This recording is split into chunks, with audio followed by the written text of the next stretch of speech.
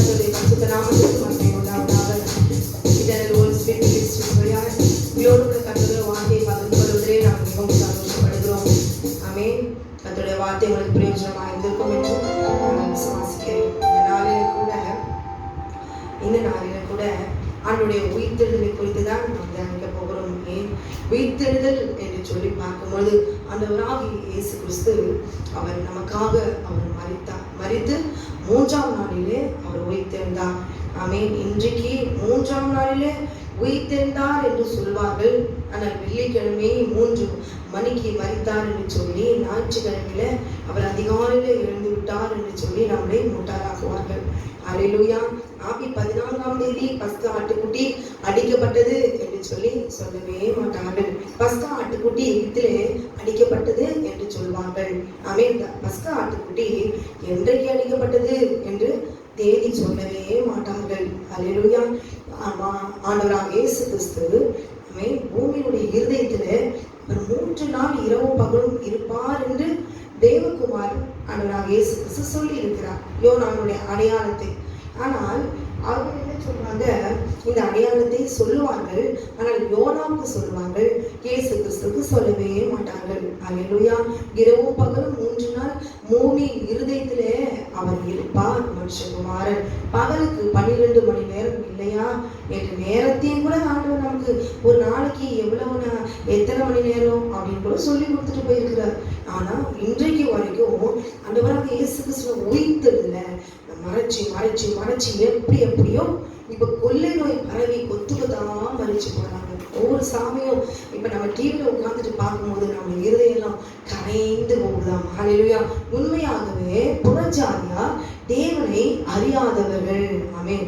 அவர்களை பார்க்கும்போது நம்முடைய இருதயம் எப்படி கரைகிறதல்லவா, ஐயோ இவர்கள் தேவனை அறிந்திருந்தார்கள் எவ்வளவு நலமாயிருக்குமே என்று சொல்லி, உண்மையான தேவனை அறியாமல் அவர் போயிட்டாங்களேன்னு சொல்லி வேதனைப்பட்டோம். ஆனால் உண்மையான தேவனை கண்டு கொண்டு அறிந்து கொண்டு ருசித்து கொண்டு ஆமென் அவர் சொன்ன உயிர்த்தெழுதல விசுவாசிக்கிறேன்னு சொல்லி அவருக்கு விரோதமாய், அவருடைய ரத்தத்துக்கு விரோதமாய், அவர் ஜீவனுக்கு விரோதமாய் பேசி போதித்து பிரசங்கித்து அவருக்கே துரோகம் பண்ணுகிற அளவுக்கு துரோகிகளாய் பிரசங்கித்த சத்தியங்கள் இந்த நாளிலே இன்னைக்கு வரைக்கும் கொரோனால சாகர நிலைமை இப்போ அப்படியே பார்த்து கொண்டிருக்கிறோம். அல்லேலூயா.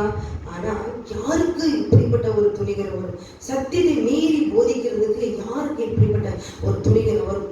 என்ன கேட்கறது, நீ என்ன சொல்றது, யாருக்கிறத பார்க்கலாம். ஆமென். என்ன நான் இப்படி படிச்சு சொல்லிட்டே இருப்பேன், நான் உங்க சாபம் விட்டுட்டே இருப்பேன், உன்னால என்ன முடியும், நான் உன்னை என்ன பண்ணுவேன், எப்படி வேணாலும் நான் ட்ரீட் பண்ணுவேன், உன் மேல இல்லாதது பொல்லாததான் சொல்ல, உன்னால என்ன முடியும், நீ செய்யறத நீ செய் பார்க்கலாம், உன்னால என்னதான் முடியும், என்னால என்ன முடியும் தெரியுமா? அப்படிப்பட்ட அகங்காரம் பிடித்தவர்களால் தான் இப்படி பேச முடியும். அப்ப ஆண்டவராக இயேசு கிறிஸ்துவினுடைய இரத்தம், அல்லேலூயா, உயிர்த்தெழுதல் அப்படின்னு சொல்லும் போதே அதுக்கு முன்பாக மரணம் என்ற ஒரு சத்தியம் உண்டு. அப்போ ஆண்டவர் தான் மரிக்க போகிறத இவ்வளவு பார்த்து பார்த்து பார்த்து அவர் சொல்லிவிட்டு போன ஒன்றையும் அவருடைய சீடர்கள் எல்லாம் மறந்து போனாங்க. ஆமென். எல்லா தேசத்தில் சொல்லப்பட்ட ஜனங்கள் சத்தியம் எல்லாம் என்ன செய்றாங்க, எதிராக இருந்தாங்க, அவருக்கு விரோதமா பேசினாங்க, ஒருத்தர் கூட இல்லை. அல்லேலூயா. ஆமென். அவரோடு கூட இருந்து நெருங்கினவர்கள் மாத்திரம் சில பேர் மாத்திரம்தான். அல்லேலூயா. ஆனால் இங்கே ஒரு மனுஷனுக்கே விரோதமாய் நீ நாசமாய் போயிடுவ, நீ உன்னால ஆகிறத பாரு, உன் பிள்ளைகளும் உன் குழந்தைகளும் என்ன நிலைமைக்கு வரும். ஒரு மனுஷன் என்ன சொல்லுவான், உடனே அவன் செய்த நன்மையை சொல்லி காட்டி பிடித்து பேசுவான். அல்லேலூயா. ஆனா அவருடைய பிள்ளைகள் இரத்த பழியை சுமக்கிறார்கள் என்பது இன்றைக்கு வரைக்கும் இரத்த பழியை சுமந்து கொண்டுதான் இருக்கிறான். இரத்த பழினா என்ன? ரத்தம், ஆண்டவர் இயேசு கிறிஸ்துவுடைய ரத்தம், அதுல என்ன இருக்கு? ஜீவன் இருக்கு. அவர் யாரு? வார்த்தையா இருக்கிறார். அவர் ரத்தத்தை என்ன செய்யறாங்க? நம்ம சுமக்கிறோம். அல்லேலூயா. நாங்கள் அல்ல, ஆபி 14ஆம் தேதி அவர் மரித்தார், ஆட்டுக்குட்டியானவர். அதே டேட்டில் தான் அவர் மரிக்க முடியும். வருஷம் 14ஆம் தேதினா அடுத்த வருஷம் 20ஆவது தேதி ஏப்ரல் மாசம், மே மாசம், அப்படியே எப்படியோ ஏதோ சொல்லி 3 நாள் கணக்கும் வரல. அல்லேலூயா. டைமும் வரல. என்னவோ போய் சொல்லி வெள்ளிக்கிழமைன்னு சொல்லி, ஈஸ்டர்ன்னு சொல்லி, குட் ஃப்ரைடேன்னு சொல்லி ஏதோ சத்தியங்கள்லாம் இன்னைக்கு அப்படி பிரபலமாகி ஆண்டோடைய நாமத்தை மகிமைப்படுத்தி கொண்டிருக்கிறது. இது வேசித்தனம். அல்லேலூயா. உண்மையை சொல்லணும், உண்மையை சொல்லிட்டு போகணும். எதை சொல்றதுக்காக வரணும்? கர்த்தருடைய நாமத்தை, கர்த்தருடைய ரத்தத்தை, கர்த்தருடைய உயிர்த்தெழுதலை, கர்த்தருடைய மரணத்தை, அவருடைய தீர்க்க தரிசனங்களை, வாக்குத்தத்தங்களை சொல்லுவதற்காக. ஆமென். ஒன்றுக்கும் பிரயோஜனம் இல்லாத நம்மை அவர் சொல்ல வைக்கிறார். காரணம் என்ன? நீ உண்மையை சொல்லவில்லை, நீ உண்மையை சொல்ல உனக்கு ஒரு சான்ஸ் தரேன், என்னை குறித்து நீ போதி. அல்லேலூயா. நான் நேசிக்கிற பிள்ளைகளை நீ உண்டு, உண்மையை சொல்லு. 100 பேர் 1000 பேர் வந்தாலும் பிலாத்துக்கு முன்பாக ஆண்டவராக இயேசு கிறிஸ்து அவர் நிமிர்ந்து நின்று சொன்னார், நீ சொன்னபடி, நீ சொன்னபடிதான் என்று சொல்லி, நான் தான் தேவகுமாரன், நான் தான் கிறிஸ்து என்று சொல்லி அவரை போல ஸ்திரமாய் என்று சொல்ல வேண்டும். ஏதோ 10 பேர் சேர்ந்துட்டாங்க, அவங்களோடு சேர்ந்து கொண்டு வெள்ளிக்கிழமை மரித்தார், ஞாயிற்றுக்கிழமை உயிர்த்தார் போய் சொல்லி போறதுனால லாபம் என்ன? இன்னைக்கு ஒருத்தர் முகத்தை கூட பார்க்க முடியல, கிட்ட கூட பக்கத்துல உட்கார முடியாத நிலைமைக்கு போய்விட்டது. இனி என்ன நடக்குமோ தெரியல. ஆனால் இருக்கிற கொஞ்ச நாட்களில, இருக்கிற இந்த தருணத்திலாவது கிறிஸ்தவர்களே, கர்த்தர் மரித்தார் என்கிறதான உயிர்த்தெழுதலை உண்மையாய் சொல்லிவிட்டு பரலோக ராஜ்யத்துக்குள்ளாக போவதற்கு நமக்கு தாழ்மையுள்ள இருதயம், உண்மையுள்ள இருதயம், ஆமென், அந்த இருதயம் இந்த நாளிலே அவர் தர வேண்டும். அல்லேலூயா. ஆமென். மத்தேயு 27ஆவது அதிகாரம் 20ஆவது வசனத்துல பார்க்கும்பொழுது, சிலுவையில் அறையும்படி பிலாத்துக்கு முன்பாக விசாரணை நடக்கும் பொழுது பிரதான ஆசாரியர்கள், யாரு? பிரதான ஆசாரியர்கள் ஏவி விட்டார்கள். ஏவி, பிசாசு ஏவி விடுது, சிலுவையில் அறையும் என்று சொல்லி அப்படியே பிலாத்து, என்னதான் இந்த பிலாத்து எவ்வளவு ஒரு மேல குற்றம் சொன்னாலும் அவரை ஆண்டவராகிய இயேசு கிறிஸ்துவை எப்படியாவது விடுதலை செய்யணும்னு ஒரு முயற்சி எடுத்ததை வேதத்தை நீங்க வாசிச்சு பாருங்களேன். ஒரு ராஜா அவருக்கு இருக்கிற ஒரு இருதயம் கூட வேதத்தில் இருக்கிற நியாய பிரமாணத்தை அறிந்த பிரதான ஆசிரியருக்கு இல்ல. ரத்த பலினா என்னன்னு தெரியும், ரத்தத்தை செலுத்தி தானே, பலி செலுத்தி தானே நீ பாவத்தை நிவர்த்தி செய்து ஜனங்களுக்கும் உனக்கும் செய்த உனக்கு உண்மையான ரத்தத்துக்கு விரோதமா பழிய சுமக்க போகிறது தெரிஞ்சும் அவர் சிலுவையில அறையும்னு சொல்லி ஏவி கத்தி கொண்டிருக்கிறீங்களே. அன்றைக்கு கத்துக்கொண்டிருக்க சத்தம் இன்றைக்கும் கத்திக்கொண்டுதான் இருக்கிறது. அதில் இன்றைக்கும் சிலுவையில அறைந்து கொண்டுதான் அவர் ரத்தத்தை காணிக்கை மிதித்து கொண்டுதான் இருக்கிறார்கள். இப்படி ஏன் விட்டுட்டு இருக்கும்போது இந்த பிலாத்துவால ஒண்ணுமே செய்ய முடியாது. அவன் என்ன செய்யறான், உலகத்தான் என்ன பார்க்கறான், எல்லாரோட சப்போர்ட்டும் இவர் கொல்லணும்னு இருக்கு, வேற வழியே இல்லை. எனக்கு தேவை என் ராட்சியம், எனக்கு தேவை புகழ், எனக்கு தேவை பெருமை. இவன் என்ன செய்யறான், ஒரு வார்த்தை சொல்றான். பொறுத்து பார்த்து 24வது அதிகாரத்துல கலகம் அதிகமாகிறதே அல்லாமல் தன் பிரயத்தினாலே பிரயோஜனம் இல்லை என்று பிலாத்து கண்டு தண்ணீரை அள்ளி ஜனங்களுக்கு முன்பாக கைகளை கழுவி இந்த நீதிமானுடைய ரத்த பழிக்கு நான் குற்றமற்றவன், நீங்களே பார்த்து கொள்ளுங்கள் என்றார். அல்லேலூயா. அப்போ இந்த ரத்த பழி என்பது எவ்வளவு ஒரு பயங்கரமானது தெரியுங்களா? இன்னைக்கு நீங்க உங்க சகோதரனுக்கோ அல்லது ஒரு தாய் தகப்பனுக்கோ இல்ல அந்நியர்களுக்கோ குற்றமே செய்யல, ஆனா குற்றமே செஞ்சாலும் கூட குற்றம் இல்லாதவங்களுக்கும் சரி குற்றம் செஞ்சவங்களுக்கும் சரி வாயை திறந்து துணிகரமா அவங்களை குறித்து ஒரு தீர்ப்பு சொல்லி பழிச்சிடாதீங்க. அல்லேலூயா. பழிச்சிட்டீங்கன்னா அதனுடைய சாபத்தை நீங்க சுமக்க வேணும். ரத்தம் என்றால் ஜீவன். ரத்தத்துல என்ன இருக்கு? ஜீவன் இருக்கு. மாம்சத்தினுடைய ரத்தத்துல இருக்கு. ரத்தத்துல என்ன இருக்கு? ஜீவன் இருக்கு, உயிர் இருக்கு.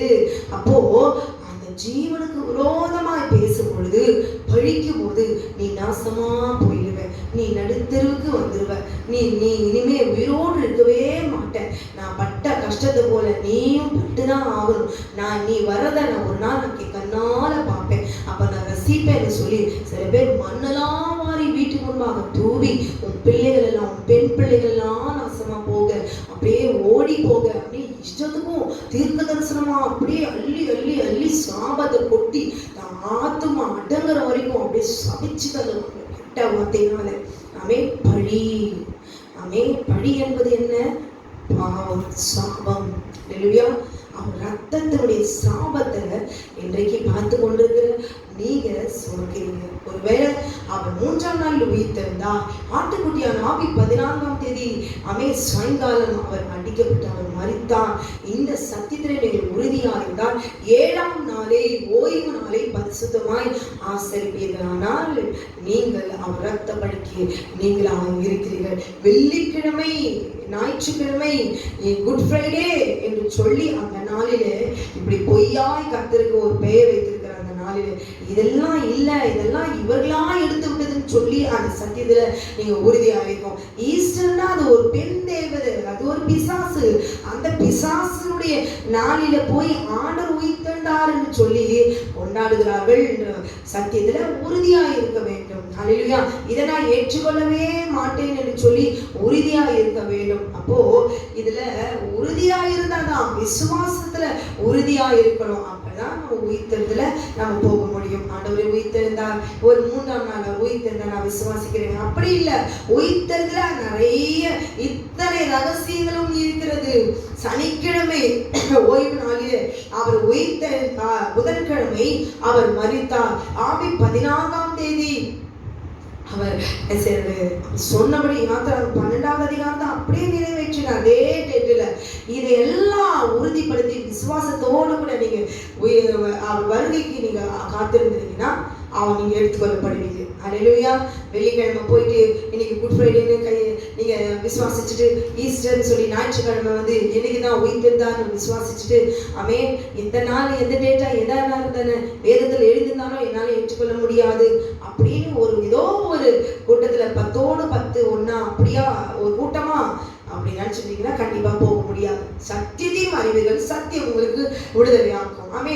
அப்ப இப்ப சொல்லுகிறதாகும் போதாவது ஏற்றுக்கொள்கிற இருதயம் வரணும். பிலாத்து இவர்களுடைய ஜனத்தினுடைய இருதயத்தை பார்த்து, இந்த நீதிமானுடைய ரத்த பழிக்கு நான் குற்றமற்றவன், நீங்களே பார்த்துக்கோங்கப்பா, என்னால முடியாது, ஏன் இப்படி ஒரு குற்றமில்லாத ஒரு ரத்தத்தை கொண்டு வந்து கொல்லுங்க ஆமே, சிலுவையில அடைகின்ற அளவு என்ன பாவத்தை செஞ்சுட்டாரு அப்படின்னு சொல்லிட்டு எனக்கு இதுல சம்மந்தம் இல்லைன்னு சொல்லி தண்ணீரை அள்ளி ஒரு சடங்கு மாதிரி தண்ணி கழுவிட்டு அவர் போயிட்டார். ஹல்லேலூயா.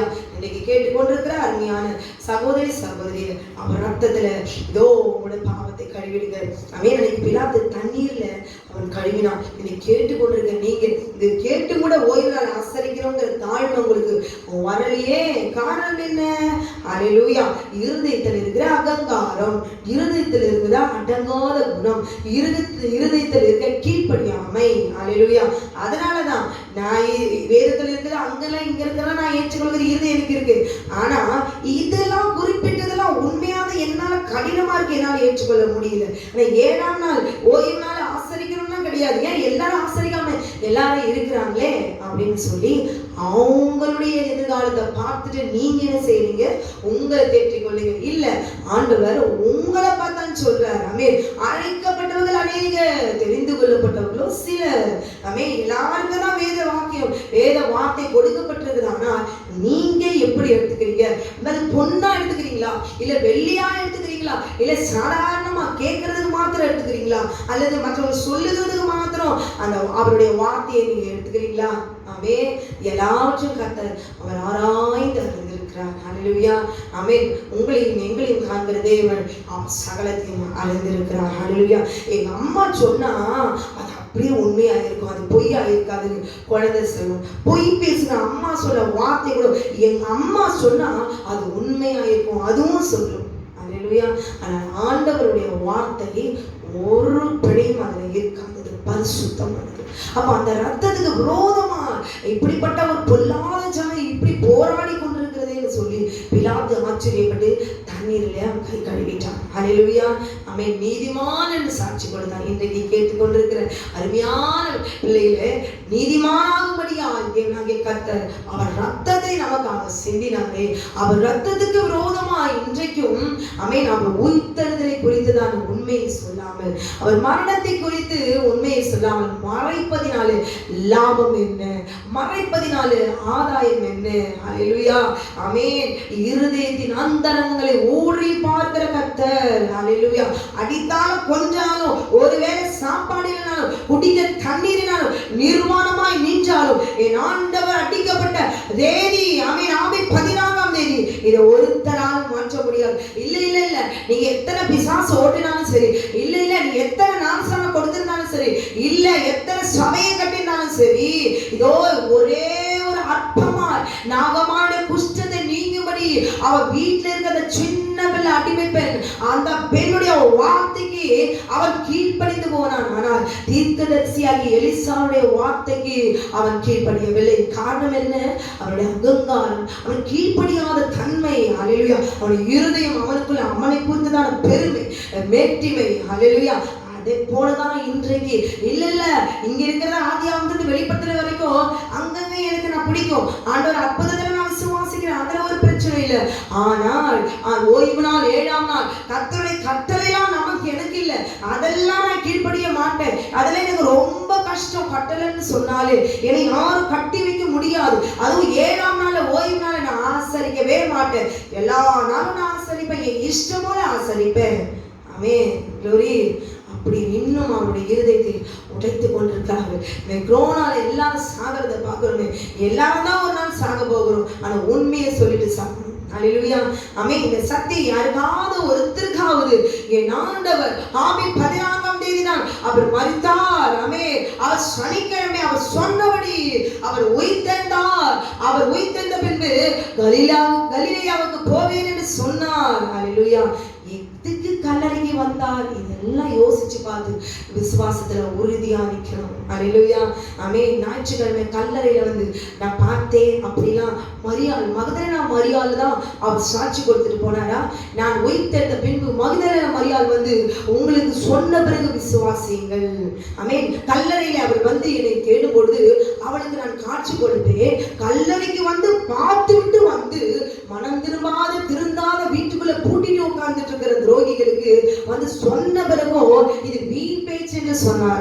ஹல்லேலூயா.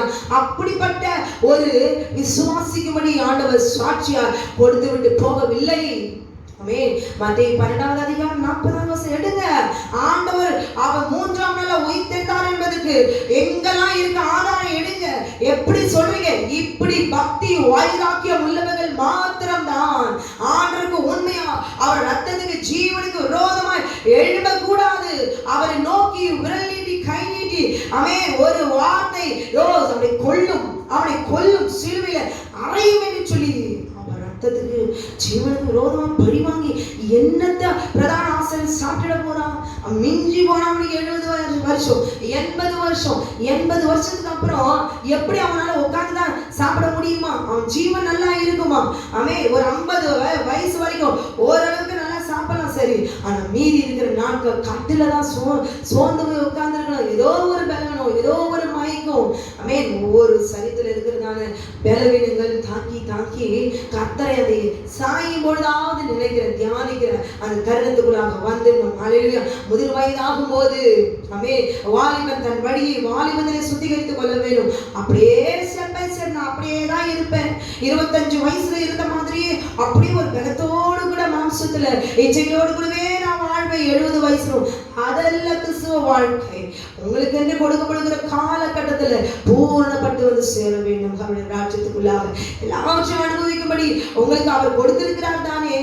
எல்லாவற்றும் கொடுத்திருந்தோம். இதுதான் சந்தோஷம், பாவ சந்தோஷம் தான் எனக்குன்னு சொல்லி இன்னும் அவர் ஜீவனுக்கு விரோதமாய் இதோ வாழ்ந்து கொண்டிருக்கிறீர்கள். ஹல்லேலூயா, ஆமென். அவர் ரத்தத்துக்கு விரோதமாய் இவர்கள் கத்தி கொண்டிருக்கிறார்கள். ஆனா நீங்கள் தண்ணீரை கை கழுவி இன்றைக்கு கேட்டுக்கொண்டு நீங்கள் அவர் ரத்தத்தினாலே உங்கள் ஆவி ஆத்மா சரீரத்தை கழுவி பரிசுத்தப்படுத்திக் கொள்ளுங்கள். இன்றைக்கு ரட்சணை நான் இன்றைக்கு ஆண்டவர் வந்தா நீங்க இதுவரைக்கும் பேசியிருந்த உபதேசித்த ஊழியம் செய்த சொன்ன வார்த்தைகள் உங்களுக்கு விரோதமாய் நிற்கும். வெள்ளிக்கிழமை கூட்டி வைத்து கர்த்தர் 3 நாள் என்று சொல்லி ஞாயிற்றுக்கிழமை உயிர்த்தெல்லாம் அடிச்சு சொல்லி பிரசங்கித்து ஆட்டுக்குட்டிகளை ஆத்துமாக்களை வஞ்சித்து அவர்களையும் சத்தியத்தை அறியாதபடி கண்களை மூடி போட்டிருக்க அந்த வார்த்தையே உங்களுக்கு விரோதமாய் வந்து நிற்கும். உன் வார்த்தைகளினாலே நீ நீதிமாய் என்று தீர்க்கப்படுவாய். உன் வார்த்தையாலே நீ குற்றவாளி என்று தீர்க்கப்படுவாய். ஹல்லேலூயா. ஆனால் தேவன் சாட்சியாக இருக்க அவருடைய வார்த்தை சாட்சியாக இருக்கிறது. க்ளோரி. அவர் நமக்கு வந்து சாட்சி சொல்லுவார். க்ளோரி. பிலாத்து அவர் நல்ல ஒரு இருதயம் உள்ளவனாக இருந்தான். அவன் தப்பித்துக் கொண்டான். ஆனால் மத்தேயு 27வது அதிகாரம் 25வது வசனத்துல சொல்றாங்க, ஜனங்கள் எல்லாம் இவனுடைய இரத்தப்படி ஒரு தேசத்தை ஆளுகிற ஒரு அதிகாரி தண்ணீரை கழுவி குற்றமற்றவன் சொல்லி தண்ணியை அவன் வந்து சுத்திகரித்து கொண்டான். ஆனா அதை பார்த்தோம், ஒரு தேசத்தை ஆளுகிற ஒரு அதிகாரி இப்படிப்பட்ட ஒரு காரியத்தை செய்து முடிந்த ஜனங்களுடைய பொல்லாத இருதயம் என்ன சொல்லுது? இவருடைய ரத்தப்படி எங்கள் மேலும் எங்கள் பிள்ளைகள் மேலும் இருப்பதாக. ஏன் நீ மட்டும் ரத்தப்படி சுமந்துட்டு போக வேண்டியதானே? நீ ரத்தப்படி சுமந்தாலே ஆட்டோமேட்டிக்கா உன் பிள்ளைங்க மீது ரத்தப்படி சுமந்துரும். இது நல்லா தெரிஞ்சுங்க. நீங்க கெட்ட வார்த்தை பேசுனீங்கன்னா, ஒருத்தருக்கு விரோதமா கலகம் வச்சீங்கன்னா, ஒருத்தரோட வாழ்க்கை கெடுத்தீங்கன்னா, ஒருத்தருக்கு கெடுதல் செய்தீங்கன்னா, அவருடைய வாழ்க்கையில மாந்திரிக பில்லிங் செய்து சூனியத்தை செய்து ஏவலை அனுப்பி நாசம் பண்ணினீங்கன்னா யாருக்குமே தெரியாது. நான் தான் மாந்திரிகம் செஞ்சேன், நான் தான் பில்லி சூனியம் செஞ்சேன், நான் தான் இன்னாரை ஏவிட்டோட குடும்பத்தை நான் நாசம் பண்ணினேன், நான் தான் டெய்லி நான் சபிச்சேன் அப்படின்னு உங்களுக்கு மட்டும்தான் தெரியும். ஆனா நீங்க சபிப்பதற்கு முன்பாகவே என் ஆண்டவருக்கு தெரியும் என்பதை இந்த நாளிலே கர்த்தர் உங்களை பார்த்து சொல்லுகிறார். இதை கேட்டுக் கொண்டிருக்கிற யாராயிருந்தாலும் சரி, பழிவாங்குகிறவர்கள் பழி தீர்த்துக் கொள்ள முடியும். எந்த ஒரு அப்பாவையும் இல்ல அக்கிரமத்தை செய்து யாருக்காவது உங்கள் ஆத்துமா அடங்கும்படி சபித்திருந்தீங்கன்னா இன்றைக்கு ஆண்டவர் உங்களுக்கு கொடுக்கிற ஒரு தருணம், மன்னிப்பு கேட்டுருங்க. அவர் மன்னிக்கிறதுல தயை பெருத்த தேவன். ஹல்லேலூயா. நீங்க அப்படி நான் செய்யல அப்படி இன்னுமே சொல்லிட்டு இருந்தீங்க, பார்த்தீங்கன்னா, யாரெல்லாம் ஏவி விட்டு, எத்தனை பிசாசுகள் ஏவி ஏவி ஏவி விட்டு ஒரு குடும்பத்தை நாசப்படுத்தும்படி உங்க வித்தைகளினால, சூன்ய வித்தைகளினால, மந்திர வித்தைகளினால, ஏவல்களினால நீங்க ஒரு குடும்பத்தை படுத்தினீங்கனாலும் சரி, ஒரு குழந்தையை நாசப்படுத்தினாலும் சரி, ஒரு தொழிலை நாசப்படுத்தினாலும் சரி, ஒரு ஊழியத்தை நாசப்படுத்தினாலும் சரி, என் ஆண்டவர் அதை எல்லாம் திருப்பி உங்க பக்கம் அனுப்புவார். உனக்கு விரோதமாய் ஒரு வழியாய் வந்தா 7 வழியாய் ஓடி போவாங்க. உன் பாவம் வீட்டு வாசலில வந்து படுக்கும். அப்போ ஐயோ நான் செய்த பாவம் என்னன்னு கதறுவேன். அல்லேலூயா. அப்போ நம்ம செய்த பாவம்லாம் என்ன செய்யும்? உன்னை போட்டு கொல்லும். இன்னைக்கு வாயை மூடிக்கொள்ளுங்க. யாரையாவது ஒரு குழந்தை பார்த்து, ஒரு வயதானவர்களை பார்த்து, இல்ல தொழில் செய்யறவங்களை பார்த்து, நல்ல வசதியா இருக்கிறவங்களை பார்த்து வயிற்றுல ஏதாவது சொல்லியிருந்தீங்கன்னா, இன்றைக்கு சொல்லியிருக்கிறதெல்லாம் அப்படியே ரிட்டர்ன் வாங்கிடுங்க. ஆண்டவரே என்னை மன்னிங்க மன்னிங்க மன்னிங்க மன்னிங்கிற போது உங்களுக்கு ஆயுசு நாட்களை என் ஆண்டவர் ஒரு கிருபையாய் மீட்டுக் கொடுப்பார். ஹல்லேலூயா. லோரி பிரியமான சகோதரியே, நீங்க ஏதாவது நீங்க செஞ்சு இன்னைக்கு ஏன் தெரியுங்களா, உங்க வாயால நீங்க சொல்லியிருக்கீங்க, ஆண்டவர் ரத்தத்துக்கு விரோதமா எங்கள் மேலும் எங்க பிள்ளைகள் மேலும். ஹல்லேலூயா. உங்க பாசம் பத்தியா எப்படி இருக்குது? நான் பட்ட கஷ்டம், நான் பெற்ற நாசம், என் பேர போற சாபம், இந்த தேவன் மெய்யான தேவன் என்று சொல்லி நியாயப்பிரமாணத்துல கட்டளையில முதல் கட்டளை எழுதி கொடுத்த தேவனை மறந்து தூஷித்து துரோகம் பண்ணி இப்ப நான் மறுதளிக்கிறேன், இவனுடைய ரத்தப்படி என் மேலேயும் என் பிள்ளை மேலேயும் இருக்கட்டும். சொத்து சுகத்தை கொடுத்துட்டு போங்க, ரத்தப்படியெல்லாம் கொடுத்துட்டு போகாதீங்க. பாவம் அந்த பிள்ளைக்கு ரத்தப்படினா தெரியாது. ரத்தப்படினா என்ன தெரியுங்களா? அந்த ரத்தம் உங்க பிள்ளைகளை வாதிக்கும், அப்படியே வாதிச்சுட்டே இருக்கும். கொண்டு கொண்டு கொண்டு கொண்டு கொண்டு கொண்டு போட்டுட்டே இருக்கும். அந்த பழியை தீத்துட்டே இருக்கும். அல்லேலூயா. இதை புரிஞ்சுக்கோங்க ஏன் இந்த மாதிரிலாம் வருதுன்னு சொல்லி. அப்போ இந்த ரத்தப்படியை உடைச்சிருங்க. ஆண்டவரே இந்த எல்லாத்தையும் நான் விசுவாசிக்கிறேன். அப்படி 14ஆம் தேதி ஆட்டுக்குட்டியானவர் யாத்திராங்க 12வது அதிகாரத்துல பஸ்கா ஆட்டுக்குட்டி அடிக்கப்பட்டதே அதை நிறைவேற்றும்படி அப்படியே அந்த ஸ்டேஜில் நீங்க மரித்தீர் என்று நான் விசுவாசிக்கிறேன். ஆண்டவரே 1000 பேர் சொன்னாலும் சத்தியத்தினுடைய நான் விசுவாசிக்கிறேன்னு சொல்லி உறுதியா இந்த ரத்தப்படி என் மேலும் என் பிள்ளைகள் மேலும் விட்டு நீக்கிடுங்கப்பான்னு சொல்லி நீங்க சொல்லிக்கும் பொழுது கர்த்தர் நீக்கிடுவார். ஹல்லேலூயா. ஆமென். இது போலதான் ஒவ்வொரு ரத்தப்படியும் அந்த குடும்பத்துல எப்படிலாம் கிரியை செய்து அப்படின்னு வேதத்தை எடுத்து வாசிச்சு பார்த்தீங்கன்னா, அதில் தொடர்ந்து குடும்பத்துல இப்படிப்பட்டதான ஏன் இப்படி தொடர்ச்சியா வந்துட்டே இருக்கு? காரணம் என்ன? ரத்தப்படி நம்ம முன்னாடி இருக்கிறவங்களாம் கொடுத்து போட்டதுனால, பிசாசு கொடுத்துருக்கிறதான எல்லா உரிமைகள் தான் அதுதான் வந்து நாசப்படுது. ஆனா நீங்க என்ன செய்வீங்க? உன்னால வந்தது, என்னால வந்தது, அவங்களால வந்தது ஒன்னும் காரணம் தெரியாம பிச்சை எடுத்துக்கிட்டு சண்டை குடும்பம் தாறுமாறா உடைஞ்சிட்டு இருக்கிறத பார்த்து சைலண்டா கண்ணுக்கு மறைவா நின்றுருக்கிற பிசாசு நல்லா சிரிச்சுக்கிட்டு காரியத்தை எல்லாம் தாறுமாறாக்கி சிதறடிச்சுட்டு அவன் வந்த காரியத்தை கச்சிதமா முடிச்சுட்டு போயிடுவோம். ஹல்லேலூயா. நல்லவங்களா இது வரைக்கும் இருந்த நீங்க, ஒரு மனமா இருந்த நீங்க அவ்வளவுதான் நாசமா போய் நிற்பீங்க. தலை மேல மண்ணை போட்டு ஐயோ என் குடும்பம் இப்படி ஆகி போச்சுன்னு சொல்லிட்டு சத்தியத்தை அறிஞ்சு கொள்ளுங்க. ஹல்லேலூயா. ஆமென். அதுதான் அப்போஸ்தலர் 3வது அதிகாரம். அது வரைக்கும் ஆண்டவர் அவருடைய சீடர்கள் கூட எல்லாச்சும் கெத்செமனே தோட்டத்துல சொல்லிட்டு போறாரு, நான் உயிர்த்தெழுந்த பின்பு கலிலேயாவுக்கு போவேன், அங்கே நீங்க என்னை காண்பீர்கள் என்று சொல்லி உயிர்த்தெழுந்த பின்பு கூட வந்து சொல்லி அனுப்புறார். ஆமென். தூதர்கிட்ட சொல்லி அனுப்புறார், மகதலேனா மரியாள் சொல்லி அனுப்புறார். வந்து பேதுருவும் எல்லாரும் யோவான் எல்லாம் வந்து பார்த்துட்டு ஓடி போய் உள்ள போய் கதவை பூட்டிக்கிட்டு உட்காந்துக்கிட்டாங்க. இதெல்லாம் வீண் பேச்சு. ஒரு மனுஷன் இந்த அடி அடிச்சு கொண்டு போட்ட ஒரு மனுஷன் உயிரோடு வர சாத்தியமே இல்லை. அப்படி ஒரு பேக் பண்ணி உள்ள போட்டு வச்சிருக்கிற கல்லறையில் அப்படின்னா வர முடியுமா? சும்மா வேஸ்டா போய் இதெல்லாம் வேணா விட்டுட்டு மீன் பிடிக்க போயிடலாம் அப்படின்னு வீட்டுக்குள்ளேயே உட்காந்துட்டு இருக்கிறாங்க. எப்படியே உள்ள அப்படியே அழுதுட்டு உட்காந்துருக்குறாங்க. அவன் ஆண்டவர் வந்து கல்லறையாண்ட வந்து சொல்லி கூட அவர் வந்து கல்வியை போய் பார்க்கணும்னு ஒரு இருதயம் இல்லை. அல்லேலூயா. ஆனால் அவர் ஆண்டவராக இயேசு கிறிஸ்துவை பூட்டப்பட்ட அறைக்குள்ளே அவரே தேடி வந்தார். க்ளோரி. அவரே தேடி வந்தார். இது எதையுமே அவங்க விசுவாசிக்கல. ஆனாலும் அவர்கள் அறிந்து கொண்ட விதத்தை நீங்க என்ன செய்யலாம்? நீங்க வாசிச்சு பார்க்கலாம். மத்தேயு, மார்க்கு, லூக்கா, யோவான் எல்லாவற்றையும் நீங்க கடைசி அதிகாரத்தை நீங்க வாசிச்சு பார்க்கும்பொழுது அவள் எப்படிலாம் அவர் சந்தித்த விதம், அவருடைய விசுவாசத்தை எப்படி அவர் தூண்டி எழுப்பினாலும் நீங்க பார்க்கும் பொழுது அவள் இருதயம் கொழுந்து விட்டு எரிந்தது. விசுவாசத்துல அவர்கள் வல்லவனாய் மாறினார்கள். அதன் பிறகு நீங்க பார்த்தீங்கன்னா அப்போஸ்தலர்ல பார்க்கும் பொழுது ஆண்டவரோடு கூட அவர்கள் முகமுகமாய் அவரோடு கூட சஞ்சரித்து இவ்விதமாய் அவர் பரலோகத்துக்கு அவர் எடுத்துக்கொண்ட பிறகு இவர்களுடைய காலங்கள் இப்பொழுது ஆரம்பிச்ச பிறகு அலங்கார வாசல்ல பிறவி சப்பானியாய் உட்கார்ந்து எழுந்து நடந்து குதித்து ஓடுறத பார்த்து அங்க இருக்கிறவங்களுக்கு எல்லாம் அப்படியே எரியுது. என்னடா அந்த மனுஷனை அடிச்சு கொண்டுட்டோம், இனிமே அவ்வளவுதான் பிரச்சனை முடிஞ்சது, இனிமே ராஜாவா நம்ம தான் என்ன செய்யலாம், விட்டுக்கலாம், நல்லா காணிக்க தசமாவளை வாங்கி நல்லா சாப்பிடலாம், நல்லா கடா வெட்டி பலி செலுத்து வரவதெல்லாம் கொழுத்த கறியை வாங்கி நல்லா சாப்பிட்டு கன்று போல வளரலாம். இப்படிலாம் திட்டது இன்னைக்கு நமக்கு ஒரு சத்துருவே இல்லைன்னு நினைச்சு ரொம்ப நிம்மதியா இருந்த எல்லா யூதர்களும் பிரதான ஆசாரியர்களுக்கும் இப்ப இது என்ன ஆகுது, இயேசு கிறிஸ்து இல்ல, ஆனா இயேசு கிறிஸ்துவ போலயே என்ன செய்யறாங்க, ஊழியம் செய்ய ஆரம்பிச்சுட்டாங்க. அவன் பிறவி சப்பான்னு எழுந்து நடக்கிறான்.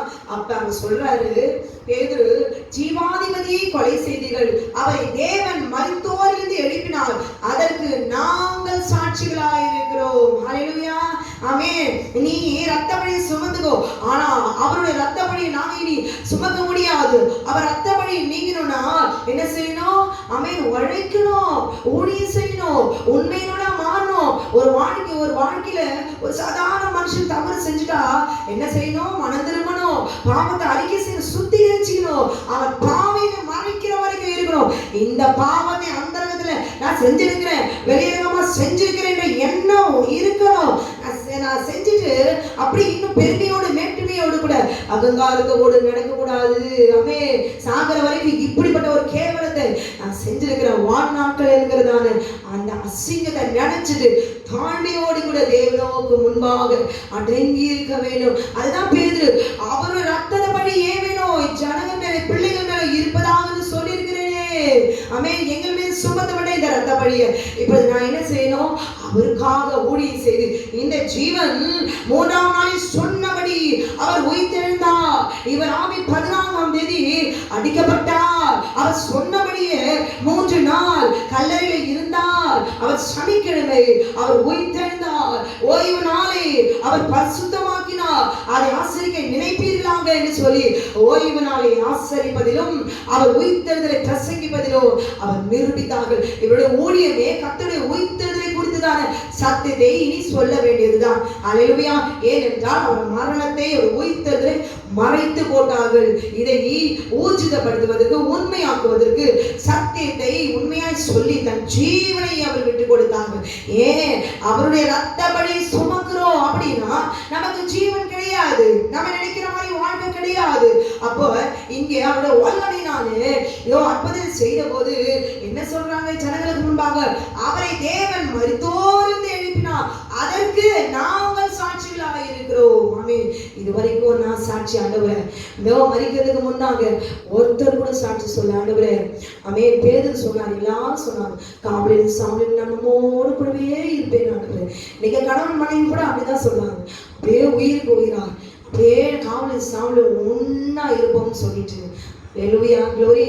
ஒரு குழந்தை பிறந்த பிறகு எல்லாம் மண்டை பிடிச்சி சண்டை போட்டு பிரிந்து போகிறார்கள். காரணம் என்ன?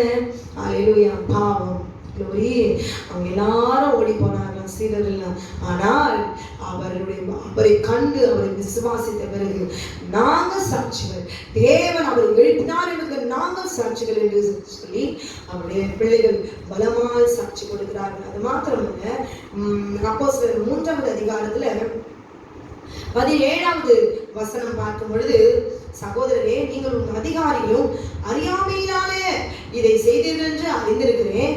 கிறிஸ்து பாடுபட வேண்டும் என்று தேவன் தம்முடைய தீர்க்கதரிசிகள் எல்லாருடைய வாக்கினால் முன் அறிவித்தவர்களை விதமாய் நிறைவேற்றினார் என்று சொல்லி அங்கே எழுதப்பட்டிருக்கிறது. அது மாத்திரமல்ல, 20வது வசனத்துல உங்கள் பாவங்கள் நிவர்த்தி செய்யப்படும் பொருட்டு நீங்கள் மனம் திரும்பி குணப்படுங்கள். அவர் மரணத்தை மறைச்சு போட்டீங்க, அவர் உயிர்த்தெழுதலையும் மறைச்சு போட்டீங்க. அவர் ரத்தப்படி சுமந்து நான் நாசமாய் போனாலும் பரவாயில்ல, என் பிள்ளைகள் நாசமாய் போனாலும் பரவாயில்ல, ஆனால் இந்த மனுஷர் ரத்தத்துக்கு விரோதமாய் நான் இருப்பேன், இவரை ஏற்றுக்கொள்ளவே மாட்டேன், இவர்தான் கிறிஸ்து என்று நான் ஏற்றுக்கொள்ளவே என்னால் முடியாது சொல்லி அதுக்கு முன்பாக அப்படியே பிதாவை ஏற்றுக்கொண்டது போலவும் அவருடைய நியாயப்பிரமாணத்தின்படி எல்லாம் கீழ்ப்படிந்து நடந்தது போலவும் அப்படியே பரிசுத்தமானது போலவும் ஆமென் பலி செலுத்தி உன்னால எத்தனை ஆடு நாசமா போச்சு. அந்த ஆடு எவ்வளவு கத்தி ரத்தத்தை சிந்தி உன்னால உனக்கு எனக்கு ஒரு ஆடு இருக்கு, இன்னைக்கு வேசித்தனம் செய்யலாம், எனக்கு 10 ஆடு இருக்குது, 10 நாள் வேசித்தனம் செய்யலாம், ஒரு ஆடை கொண்டு போய் ஆசாரியனை கொடுத்துட்டு பலி செலுத்திட்டு இன்னும் 9 ஆடு இருக்குது, 9 நாள் ஜாலியா இருக்கலாம். இப்படி பாவத்தை செஞ்சுட்டு எந்த பிரமாணத்தையுமே நீ உண்மையை கடைபிடிக்கல, இங்க கிறிஸ்துவை உன்னால ஏற்றுக்கொள்ள முடியல. அதுக்கு முன்னால் கிறிஸ்துவாய் வந்த பிதாவாகிய தேவனை உன்னால நீ ஏற்றுக்கொண்டாயோ? ஹல்லேலூயா. எகிப்தில் இருக்கும் போதே நீ முறுமுறுத்து தான் நீ வெளியே வந்த. ஆமென். வெளியே வந்தவுடனே வேலையை காமிச்சிட்ட. நான் எகிப்திலே இருந்து நான் நலமாயிருக்கும்னு சொல்லி நீ எகிப்திலே இருக்கணும்னு நினைச்சா நீ எகிப்திலே இருக்க வேண்டியது தானே. எதுக்கு வெளியே வந்துட்டு இப்படி சோறுக்கும் தண்ணிக்கும் கத்தி எல்லாத்தையும் நாசப்படுத்தி வர வழியெல்லாம் அந்நிய புறச்சாதிரெல்லாம் அமே கலங்கடிக்க பண்ணினியே, அவன் நாமத்தை பரிசுத்த குலைச்சலாக்கினியே, பேசிதனம் செய்தாயே, சீர்கெட்ட சாதியை வர வழியெல்லாம் அக்கமங்கெல்லாம் கிராமத்துல எல்லாம் எல்லா புறச்சாதியோட வேசித்தனம் செய்து கை கலந்து சாப்பிட்டாயே. உன் செய்ய ஆண்டவனோடு கூட உடன்படிக்கை செய்தாரு, உண்மையா இருந்தியா? ஒன்றிலும் உண்மையா இல்லை, ஜனங்களும் உண்மையா இல்லை, பிரதான ஆசாரியரும் உண்மையா இல்லை. ஹல்லேலூயா. glory. பலி செலுத்து பாவத்தை செய்து எனக்கு ஒரு ஆட்டுக்குட்டி இருக்கு, எனக்கு ஒரு புறா குஞ்சு இருக்கு, எனக்கு ஒரு ஆடு வெள்ளாடு இருக்கு, இப்படி சொல்லி எத்தனை பாவத்தை செய்வதற்காக ஆட்டு மந்தையை நீ உருவாக்கி வச்சிருந்த. உனக்காக ஆட்டுக்குட்டியானது மறுத்தது ஏற்றுக்கொள்ள உனக்கு இருதயம் இல்லை. இவர் தான் கிறிஸ்து என்று ஏற்றுக்கொள்வதற்கு இருதயம் இல்லை. இவர் 3ஆம் நாள் உயிர்த்தெழுந்தார் சொல்வதற்கு தைரியம் இல்லை, ஏற்றுக்கொள்கை இருதயம் இல்லை.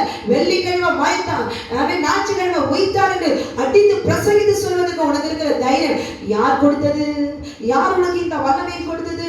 அந்நிய அக்கினி அல்லவா உனக்கு வல்லமை கொடுத்தது. பிறக்கிறது ஒரே ஒரு தரம், பிறப்பது ஒரே ஒரு தான். மறுபடியும் தாயின் வயிற்றில உள்ள போய் புகுந்து உருவாக முடியாது. உருவாக்கினது கர்த்தர், உள்ளே இருக்கிறது அவருடைய ஜீவன். அவருடைய சுவாசத்துக்கு விரோதமாய் பேசக்கூடாது. ஹல்லேலூயா. ஆமென். அதனாலதான் அவளை அறிஞ்சு கொண்ட பிறகு அவருக்காக ரத்த சாட்சியாய் அவர் மரித்தார்கள். நாங்கள் சாட்சிகள், அவர்கள் ரத்த சாட்சிகள். ஹல்லேலூயா. தேவனுடைய சிங்காசனத்தில் வீற்றிருக்கிறவர்களாய் அவர் ஜெயம் பெற்றார்கள், பரிசுத்தமான்கள். glory. ஆமென். இருதயம் இன்றைக்கு ஆண்டவர் நம்மளை பார்த்து கேட்கிறதுனா இருதயம் அன்னைக்கு கர்த்தரையே என் ஜீவனுக்கு விரோதமாய் ஒரு கோழி அறுக்கும் போது கத்துது, ரத்தம் சிந்துது. அந்த பாவம் ஒரு ஆடு கத்துது, அது ரத்தம் சிந்துது. அதனுடைய பழி எதற்காக? நான் இப்படி ஒரு பாவத்தை செஞ்சுட்டேன், அதனால ஒரு ஆட்டை எடுத்துட்டு பிரதான ஆசாரியத்துல கொடுத்து நான் பலி செலுத்திவிட்டு நான் போயிட்டேன். ஆனா அந்த ஆடு ஏன் கத்துது? அதுக்கு காரணம் தெரியும் இல்ல. அந்த ஆடு ரத்தம் சிந்தி கீழே விழுத்து பூமியில ஊத்துச்சே, எது அந்த உனக்கு அர்த்தம் தெரியலையா? ஹல்லேலூயா. ஆமென். இதெல்லாம் தெரிஞ்சும் நீ பாவத்தை செய்து உனக்காக தேவன் ஒரே தேவன் அல்லவா, அவருக்கு விரோதமாய் பேசி விதமான ரத்தப்படி நாம் சுமந்து விடக்கூடாது. இதை கேட்டு விட்டு பிறகாவது உங்க பிள்ளைகளுக்கு இதுதான் நான் போயிட்டாலும் சரி, எத்தனை பேர் சொல்லி வெள்ளிக்கிழமை ஞாயிற்றுக்கிழமைன்னு சொல்லி இப்படியோ போலியா சொன்னாலும் இல்ல என் ஆண்டவர் சொன்னபடிதான் அவர் உயிர்த்தெழுந்தார். யோனாவின் அடையாளத்தை எனக்கு கொடுத்திருக்கிறார்.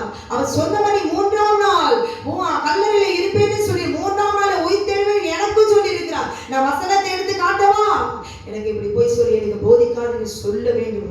அப்படிப்பட்டதான ஒரு இருதயத்தை உங்களுடைய பிள்ளைகளாக விசுவாசத்துல வளர்க்க கற்றுக்கொள்ள வேண்டும். ஹல்லேலூயா. அதுதான் ஒரு தாய் தகவனுடைய கடமை. இந்த ரத்தப்படி நீங்குவதற்காக இதுவரைக்கும் நீங்கள் தியானிச்சிருக்கிறீங்களா? அவர் ஜீவனுக்கு விரோதமாய் பாவம் செய்யும் பொழுது நீங்க நினைச்சிருக்கிறீங்களா அவளை அடிக்கிறோம் என்று சொல்லி? அவளை கைகளினாலே பாவம் செய்யும் போது கை நீட்டப்பட்டதே, சிலுவில ஆணி அடிக்கப்படும் போது இன்னைக்கு உங்களுடைய கைகள் எதை செய்து கொண்டிருக்கிறது என்று தியானித்தீங்களா? அல்லேலூயா. இவ்வுலகத்தில் பாவ சந்தோஷங்களை அனுபவிப்பதற்காக ஒரு சரீரம் முழுவதும் கை கால் நீட்டி தன் இஷ்டம் போல தாறுமாறுகளை செய்யும்படியா ஆமென் விட்டு கொடுத்து அவருக்கு இருதயத்தை உடைக்கும்படி அவருக்கு முன்வாங்க ஆமென். பாவத்தை செய்கிறீர்களே, கர்த்தருடைய நாள் தீர்ப்பு நாள் வரும். ஆமென். கிறிஸ்தவர்கள் என்று சொல்லுங்கள், பாவத்தை செய்யாதீர்கள். பாவம் என்றால் நான் செய்வது பாவம் இல்லை என்று சொல்லி மேன்மை பாராட்டாதீர்கள். க்ளோரி. ஆமென். கர்த்தருடைய நாள் சீக்கிரமா வந்துவிட்டது. இனிமேலாவது ஒரு இரத்தப்பழி சுமக்காதபடிக்கு அதை ஜாக்கிரதையா இருங்கள். ஹல்லேலூயா. அப்போஸ்தலர் 18வது அதிகாரத்துல வாசிக்கும் பொழுது 18வது அதிகாரம் 6வது வசனம் அங்க பார்க்கும் பொழுது அவர்கள் எதிர்த்து நின்று தூஷித்த போது ஓய்வு நாள் தோறும் ஜெப ஆலயங்களிலே பவுல் எல்லாருக்கும், யூதருக்கும் கிரேக்கருக்கும் புத்தி சொல்லி கொண்டு வந்தார். அங்கே இருக்கிற யூதர்கள் எல்லாம் என்ன செய்யறாங்க? பவுலுக்கு விரோதமா எதிர்த்து நின்று தூஷித்த போது, ஏன் தூஷிக்கணும்? என்ன சொல்லிட்டாரு? ஒரு தவறு செய்த மனுஷனையா அவர் அறிமுகப்படுத்திட்டு இருக்கிறாரு. எல்லா புறஜாதியாருக்கும் எல்லாருக்கும் அங்கே ஓய்வு நாள் தோறும் இவர் பிரசங்கித்து ஆண்டவருடைய உயிர்த்தெழுதலை அவர் சொல்லிக் கொண்டது கேட்டு இந்த யூதனை அடிச்சு கொண்டு போட்டோம். அவருடைய ஆத்திரம் தாங்க முடியல. என்ன சொல்றாங்க? தன் வஸ்திரங்களை உதறி உங்கள் ரத்தப்பழி அல்லேலூயா ஆமென் அவன் எதிர்த்து நின்று, யாரு? பவுல். அவர் யூதர்களுக்கு விரோதமா எதிர்த்து நின்று ஆமென் அவர் என்ன செய்யற? உங்கள் ரத்தப்படி உங்கள் தலையின் மேல் இருக்கும், நான் சுத்தமா இருக்கிறேன். ஆமென். அங்கே பிலாத்து என்ன சொல்றாரு பாத்தீங்களா? இங்கே பவுல் சொல்றார், உங்க ரத்தப்பழி. அந்த ரத்தப்பழியை அவர் சுமக்க ஆரம்பிச்சுட்டார். ஆண்டவரே, உங்க உயிர்த்தெழுதலை இனி நான் சொல்லுவேன்ப்பா.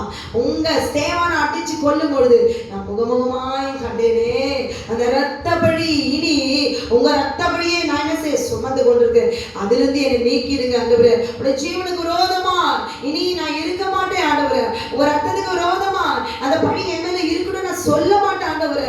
இதோ என் பிள்ளைகளா நீ கொடுத்திருக்கிற இந்த ஜனங்கள் எல்லாம் இந்த பழி நீங்கும்படி இதோ அவரிடத்துல கேட்கிற ஆண்டவரே, நான் ஊழியம் செய்து நீங்க 3ஆம் நாளில் உயிர்த்தெழுந்தீர் என்று சொல்லி நான் பிரசங்கிப்பேன் ஆண்டவரே. ஆமென். பஸ்கா ஆட்டுக்குட்டி ஆமென் 14ஆம் தேதி அடித்தா அவர் சொன்னப்பட்ட அடையாளங்கள் எல்லாம் சொல்லி உயிர்த்தெழுதலை குறித்து அவர் ஆணித்தரமாய் பேசினாராம். ஹல்லேலூயா. இனி உங்க ரத்தப்படி எங்க இருக்கோ? உன் தலையின் மேலதான் இருக்கும், இனி ஏன் மேல கிடையாது. ஏன்னா எல்லாருக்கும் நான் சாட்சியோடு கூட நான் அறிக்கை செய்து விசுவாச அறிக்கை நான் செஞ்சுட்டேன், நான் பிரசங்கிச்சுட்டேன். ஆண்டவராகிய இயேசு கிறிஸ்துவை குறித்து உண்மையாய் அவர் உயிர்த்தெழுதலை குறித்து நான் விசுவாசித்து நான் போதித்து விட்டேன். இனி அவருடைய ரத்தப்படி உங்க தலைமையில தான் இருக்கும், என் தலைமையிலாம் இனி இருக்காது. நான் இப்ப எப்படி இருக்கிறேன்? நான் சுத்தமா இருக்கிறேன். பிலாத்து என்ன சொன்னாரு? நான் இனி குற்றமற்றவன், இந்த நீதிமான ரத்தப்படி இனி ஏன் மேல இருக்க வேண்டாம். அல்லேலூயா. நீங்களே பார்த்து கொள்ளுங்கள் என்று சொல்லி இங்க பவுல் சொல்லுகிறார். அல்லேலூயா. நான் சுத்தமா இருக்கேன். இது முதல்ல நான் என்ன செய்ய போறேன்? இது முதல் புறஜாதியாருக்கு போகிறேன் என்று அவர்களுடனே சொல்லி ஆமென். இனி உங்களுக்கு தெரியும் ஆட்டுக்குட்டியானவர் எப்ப எந்த வருஷம் அடித்தார், எந்த மாதம் அடிக்கப்பட்டது, எந்த டேட்ல அடிக்கப்பட்டது.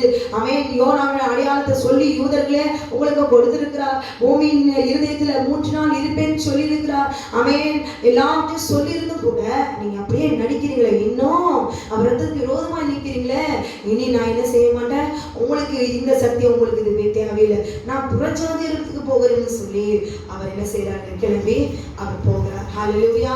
அங்க போய் நான் என்ன செய்வேன்? அவருடைய உயிர்த்தெழுதலை குறித்து நான் பிரசங்கிக்க போறேன் என்று சொல்லி 20வது அதிகாரம் 27வது வசனத்துல பார்க்கும்போது அங்கே எருசலேம் அந்த இடத்துக்கு போகும் பொழுது ஒடிதான எருசலேமுக்கு போகும் முன் அவர் என்ன சொல்றாரு? பவுலுடைய சாட்சி அங்க சொல்றாரு, ஆலோசனையில தேவனுடைய ஆலோசனை ஒன்றையும் நான் மறைத்து வைக்காம எல்லாற்றையும் உங்களுக்கு அறிவித்தபடினாலே எல்லாருடைய ரத்த பழிக்கும் நீங்கி நான் சுத்தமாய் இருக்கிறேன் என்பதற்கு உங்களை இன்றைய தினம் சாட்சியாய் நான் வைக்கிறேன். ஹல்லேலூயா. ஆமென். இன்றைய தினம் நான் உங்களை சாட்சியா நான் வைக்கிறேன் என்று சொல்லி அவர் புறப்பட்டு போகிறார். அது மாத்திரமல்ல, அப்போஸ்தலர் 20வது அதிகாரம் 29வது வசனத்துல பார்க்கும் பொழுது, இப்ப நான் புறஜாதியத்துல போகிறேன், ஆனாலும் நான் போன பின்பு மந்தையை தப்ப விடாத பொடிதான ஓநாய்கள் உங்களுக்குள்ளே வரும்.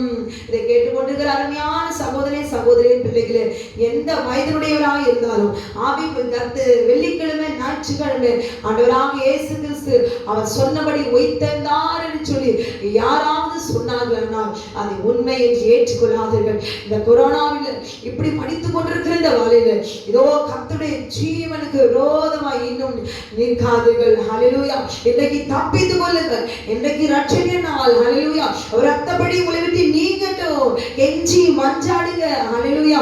அவை 14ஆம் தேதி கர்த்தர் அவர் சாயங்காலத்தில் அவர் அடிக்கப்பட்டார், மரித்தார் என்று சொல்லி அதை நிறைவேற்றுவதற்கு ஆட்டுக்குடியாக வந்தார் என்று சொல்லி உண்மையா அதில் உறுதியா நிற்க கற்றுக்கொள்ளுங்கள். ஹல்லேலூயா. அந்த சத்தியத்தில் உயிர்த்ததில் உண்மையாக நீங்கள் இருப்பீர்கள். ஆனால் ஆமென். இன்றைக்கு இதை அழித்து போட்டாலும் போன பின்பு ஓநாய்கள் வரும். எதற்கு வரும்? உயிர்த்ததில மறைத்து போட்டு உல்லாசமான வாழ்க்கை, காம இச்சைகளை, விவசாய மயக்கத்தில் நிரப்பப்பட்டு சத்தத்தை மாற்றி ஹல்லேலூயா ஆமென் கள்ள உபதேசங்களை, கள்ள தீர்க்கதரிசிகளை சொல்லி ஒரு ஜனம் மனுஷனுடைய பலவீனத்தை பயன்படுத்தி மாறுபாடான உபதேசங்களை போதித்து அவர்கள் இஷ்டம் போல மாம்சத்துக்கு ஏற்ற சத்தியத்தை பரப்புவார்கள், விதைப்பார்கள். ஆனா இதை கேட்டுக்கொண்ட நீங்கள் உறுதியாக இருங்கள். உடைய கண்கள் அக்கம் பக்கம் போகக்கூடாது. நான் கர்த்தரை தேடி தேடி எல்லாவற்றையும் இழந்துட்டேன், ஆனா அந்த ஜாதியெல்லாம் நல்லா இருக்குதுன்னு சொல்லி சொல்லி சொல்லி சொல்லி அவர் ஜீவனுக்கு விரோதமாய் பேசாதீர்கள். ஹல்லேலூயா. கர்த்தர் உங்களோடு கூட இருக்கிறார். ஏற்ற காலத்தில் அவருடைய பலத்த கருத்துக்களாக அடைவீர்கள் என்று ஆண்டவர் சொல்லியிருக்கிறார்கள். உயர்த்துகிற வேலையில எல்லாவற்றையும் எழுந்து போய்விடாதீர்கள். உங்களுக்கு என்று கர்த்தர் வைத்திருக்கிறதான ஒரு வல்லமை, ஒரு வரங்கள், ஒரு அபிஷேகம், உலகத்தினுடைய ஆசீர்வாதங்கள் எல்லாம் உங்களுக்கு கர்த்தர் அவர் வைத்திருக்கிறார். ஹல்லேலூயா. எல்லாம் ஆபிரகாமுடைய ஆசீர்வாதத்தை கொடுக்க அவர் வைத்திருக்கிறார். ஆனால் பவுல் சொல்கிறார், ஓநாய் கொடிதான ஓநாய்கள் உங்களுக்குள்ளே வரும் என்று சொல்லி. ஹல்லேலூயா ஆமென். நீங்கள் ஜாக்கிரதையா இருக்க கற்றுக்கொள்ளுங்கள். அது மாத்திரமல்ல, அப்போஸ்தலர் அந்த அப்போஸ்தலர் 5வது அதிகாரத்துல பார்க்கும் பொழுது அவருடைய ரத்தப்படி எங்கள் மேலும் பிள்ளைகள் மேலும் இருப்பதாக என்று சொல்லி அப்படி வாங்கி கொட்டிக்கிட்டீங்க. ஆனா அப்போஸ்தலர் 5வது அதிகாரத்துல பார்க்கும்பொழுது 27-28 வசனத்துல சொன்னவன் சாட்சி கொடுக்கிறான். என்ன சாட்சி கொடுக்கிறான்? அப்படி அவர்களை அழைத்து, எப்படி அவருடைய சீஷர்கள் எல்லாம் இந்த நாமத்தை குறித்து இனிமே போதிக்க கூடாது, யாருக்கோ அவர் நாமத்தை பிரசங்கிக்க கூடாது, இனி பிரசங்கிச்சீங்கன்னா கடுமையான தண்டனை உங்களுக்கு கொடுப்பேன்னு சொல்லி பயமுறுத்தி ஹல்லேலூயா அவர்கள் அழைத்து ஆலோசனை சங்கத்துக்கு முன்பாக நிறுத்தினார்கள். அப்பொழுது பிரதான ஆசாரியன் அவர்களை நோக்கி, இதுவரைக்கும் இந்த கத்தின இந்த பிரதான ஆசாரியர், ஏவி விட்ட ஆசாரியர், ஏதோ சிலுவையில் அறையும் என்று கத்தின ஆசாரியர், அவரை தூஷித்த ஆசாரியர், இகழ்ந்த ஆசாரியர், பரியாசம் பண்ணினவர், இந்த பிரதான ஆசாரியர் இப்ப சொல்லுகிறான். அவருடைய சாட்சி நீங்க இப்பொழுது கேளுங்க. 28வது வசனம், நீங்கள் அந்த நாமத்தை குறித்து போதகம் பண்ணக்கூடாது என்று நான் உங்களுக்கு உறுதியாக கட்டளையிடவில்லையா? நான் உங்களுக்கு நாமத்தை குறித்து கட்டளையிட்டேனே, அந்த நாமத்தை மாத்திரம் சொல்லாத. ஆமென். அப்ப உனக்கு தெரியுமில்ல அவருடைய நாமம் எப்படிப்பட்டது? அவருடைய நாமம் மகத்துவம் உள்ளது, அவருடைய நாமம் பரிசுத்தம் உள்ளது. அவர் வல்லவர், அவர் நல்லவர், பெரியவர், அவர் ஆதியும் அந்தமுமானவர், அவர் அல்பா ஒமேகானவர், இருக்கிறவர், அவர் சர்வ வல்லமையுள்ள தேவனாகிய கர்த்தர் என்று அறிந்திருக்கிற பிரதான ஆசாரியனே அந்த நாமத்தை பிரசங்கிக்க கூடாது என்று போதித்து இந்த நாளிலே அவன் சொல்லுகிறான் உறுதியாய் கட்டளையிட்டு, அப்படி இருந்தும் இதோ எருசலேமை உங்கள் போதகத்தினாலே நிரப்பி அந்த மனுஷனுடைய ஹல்லேலூயா அந்த மனுஷனுடைய இரத்த பழியை எங்கள் மேல் சுமத்த வேண்டி இருக்கிறீர்கள் என்று சொன்னான். கரங்களை தட்டுவோமா? இதோ எருசலேமை உங்கள் போதகத்தினாலே நிரப்பி அந்த மனுஷனுடைய இரத்த பழியை எங்கள் மேல் சுமத்த வேண்டும் என்று இருக்கிறீர்கள் என்று சொன்னான். இப்ப தெரிஞ்சுக்கிட்டான். ஐயோ, அன்னைக்கு அவருடைய ரத்தப்படி என் மேலே இருக்கட்டும், என் பிள்ளை மேலே இருக்கட்டும் நான் சொன்னேன். இப்பொழுது இந்த ரத்தப்படி, இந்த ரத்தம், அவருடைய ரத்தம் எப்படிப்பட்டது என்பதை அவன் தெரிந்து கொண்டான், அறிந்து கொண்டான். ஹல்லேலூயா. இப்ப அவன் பயப்பட ஆரம்பிச்சுட்டான். ஹல்லேலூயா. அந்த ரத்தப்படி இனி என்ன செய்யுது? எங்க மேல சுமத்த வேண்டி இருக்கிறீங்களா? எங்க மேல ஏன் சுமத்துறீங்க அந்த மனுஷன ரத்தப்படி சொல்லி அவருடைய பிள்ளைகளிடத்துல அவன் சொல்லுகிறான். ஹல்லேலூயா. ரத்தம் என்பது என்ன? லேவியராகமம் 17வது அதிகாரம் லேவியராகமம் 17வது அதிகாரத்துல பார்க்கும் பொழுது மாம்சத்தின் உயிர். லேவியராகமம் அதிகாரம் 17வது அதிகாரம் 11வது வசனத்துல பார்க்கும் பொழுது மாம்சத்தின் உயிர் ரத்தத்தில் இருக்கிறது. நான் அதை உங்களுக்கு பலிபீடத்தின் உங்கள் ஆத்துமாக்களுக்காக பாவ நிவர்த்தி செய்யும்படிக்கு கட்டளையிட்டேன். ஆத்துமாவுக்காக பாவ நிவர்த்தி செய்கிறது ரத்தமே. ஹல்லேலூயா. இங்க அங்க நீங்க பாவ நிவர்த்தி செய்யும் போது எதுக்காக? நீங்க மாம்சத்துல நீங்க செய்த கட்டளைக்கு விரோதமா செய்த பாவத்தை நிமித்தமா அங்க கொண்டு சரீரத்துல செய்த பாவத்துக்காக எங்க விடுது தண்டனை? ஆத்துமாவில. அப்ப அந்த ஆத்துமாவை ரட்சிக்கணும்னா அந்த ரத்தத்தை, எந்த ரத்தம்? ஆட்டுக்குட்டியை கொண்டு அந்த ரத்தத்தை செலுத்த. அந்த ஒரு ஆட்டுக்குடிய ரத்தம் சிந்தப்படுகிறது. அந்த ஆட்டுக்குடிய ரத்தத்துல என்ன இருக்கு? ஜீவன் இருக்கு, சத்தம் இருக்கு. ஹல்லேலூயா. அப்போ அந்த ரத்தத்தை சிந்தும் பொழுது பிதாவாகிய தேவன் தம்முடைய குமாரன் இதோ ரத்தத்தை சிந்தி இந்த பிள்ளை மீட்டுக் கொள்வார் என்று அவர் அன்பு கூர்ந்தபடினாலே அந்த ஆட்டுக்குட்டிக்கு சிந்தன ரத்தத்துக்கு என்ன செய்யறானா? அது இணையா இந்த மனுஷனுக்கு பாவ நிவர்த்தி, பாவ மன்னிப்பு கொடுத்து அனுப்புகிறாராம். ஹல்லேலூயா. என் குமாரன் இந்த ஆட்டுக்குடி இன்னைக்கு கத்தி ரத்தத்தை சிந்துதே, என் பிள்ளை ஒரு நாள் இந்த பாவத்தை செய்து அறிக்கிட்டு நிவர்த்தி செய்யணும்னு வந்திருக்கிறானே, அது போல எல்லா ஜனங்களுக்கும், யாருக்கு? பிரஜாதியார் எல்லா ஜனங்களுக்கும் சர்வ சிருஷ்டிக்கும் அவன் ஒரு நாள் பாவ மன்னிப்பு உண்டாகும் என்று சொல்லி ஆண்டவர் தன்னுடைய இரக்கத்தை காண்பித்து அன்பு கூர்ந்து அவனை மன்னித்து அனுப்புகிறான். ஆனால் அவனை அனுப்பியும் அவன் என்ன செய்யலாம்? எனக்கு மந்தையில 100 ஆடு இருக்குன்னு சொல்லி அதை பார்த்து கொடுத்து போய் ஆண்டோடைய கட்டளைக்கு விரோதமாய் பாவம் செய்து ஆட்டுக்குடியை கொண்டு போய் பலி செலுத்திட்டு பாவத்திலேயே அவன் வாழ்ந்தான். பரிகாரத்தை அவன் தேடவில்லை, பாவ நிவர்த்தி தேடவில்லை. இன்னும் பாவம் செய்வதற்காகவே அவன் ஆட்டுக்குட்டிகளை அவன் வளர்த்தான். ஹல்லேலூயா. ஆனால் என் ஆண்டவராகிய இயேசு கிறிஸ்து ஆட்டுக்குட்டிகளை சுத்திகரிப்பதற்காக ஆடுகளை அவர் தேடி வந்தார். ஹல்லேலூயா. நானே வழியும் சத்தியம் ஜீவனமாய் இருக்கிறேன் என்று சொல்லி ஆட்டுக்குட்டிகளின் சத்தத்தை கேட்கிறபடினாலே, என் ஆடுகளின் சத்தத்தை கேட்கிறபடினால் என் பின்னே அது செல்லுகிறது. அது வலதுபுறம் இடதுபுறம் இடறி எந்த அந்நியனுடைய சத்தத்தை கேட்டு அது போகாது. ஹல்லேலூயா. இவர் தான் கிறிஸ்து என்று அறிந்த ஆட்டுக்குட்டி மெய்யாவே அவருடைய சத்தத்தை கேட்டு அவர் பின்பாக மாத்திரம் செல்லும். எந்த ஓனாயம் ஆடு போல கத்தினாலும் இப்படி ஓடிடாது, அப்படி ஓடிடாது. என் சத்தம் எனக்கு தெரியும். ஹல்லேலூயா.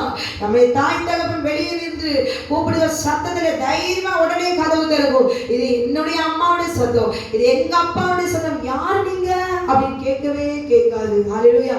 இது வேறு ஜனம் வேறு யாராவது வந்தாங்க, நீங்க யாருங்கன்னு கேட்கும் தைரியமா. ஏன்னா அந்த சத்தத்தை அறியவில்லை. ஆனால் தன் தாயின் தகப்பன் நடு ராத்திரில கதவு தட்டினான். இது என் அப்பாவுடைய சத்தம் அல்லவா, என் அம்மாவுடைய சத்தம் அல்லவா, என் ரத்தம் அல்லவா. அந்த சத்தம் அந்த பிள்ளைக்கு தெரியும். தைரியமாய் எந்த ராத்திரியான கதவு திறக்கும். அது போலதான் ஆட்டுக்குட்டியான ரத்தப்படி. ஹல்லேலூயா. அந்த ரத்தம் அவருடைய ஜீவன், ஜீவன் அவருடைய நமக்காக ரத்தத்தை சிந்திருந்தார். அவர் ஜீவனுக்கு விரோதமாய், அவர் வார்த்தைக்கு விரோதமாய் தூஷணமோ தூஷித்தோ முறுமுறுத்தோ அவர் விரோதமாய் ஒரு வார்த்தையும் பேசாதபடிக்கு இந்த நாளிலே ஹல்லேலூயா அந்த வாய்களை கழுவி சுத்தமாக்குங்கள். பவுல் சொன்னார், நான் சுத்தமாயிருக்கிறேன் இப்பொழுது. ஒரு நிம்மதி. ஐயோ, கிறிஸ்தவர்கள் அடித்து கொன்று அவர் ரத்தத்துக்கு எத்தனை ஜீவனுக்கு விரோதமாய் நான் பாவம் செஞ்சிருக்கிறேன். இவன் கிறிஸ்தவன் என்று சொன்னாலே அவன் கொலை செய்வனுக்கு அப்படி வெறி பிடித்தவனாய் நான் தெரிந்தேனே. என் கண்ணு முன்னால் ஸ்தேவானை அடித்து கொன்றாங்களே, ஏன் இப்படி இப்ப நான் அறிஞ்சுக்கிட்டேன் இவர் மெய்யான கிறிஸ்து என்று சொல்லி இப்ப நான் சந்தோஷமா இருக்கிறேன். இத்தனை ஜனங்களுக்கு நான் சொல்லி இருக்கிறேன், ஒரு ஜாதியாருக்கெல்லாம் நான் சொல்லி இருக்கிறேன், இவர் தான் கிறிஸ்து, இவர் தான் ஆவி 14ஆம் தேதி அடிக்கப்பட்ட ஆட்டுக்குட்டியானவர்.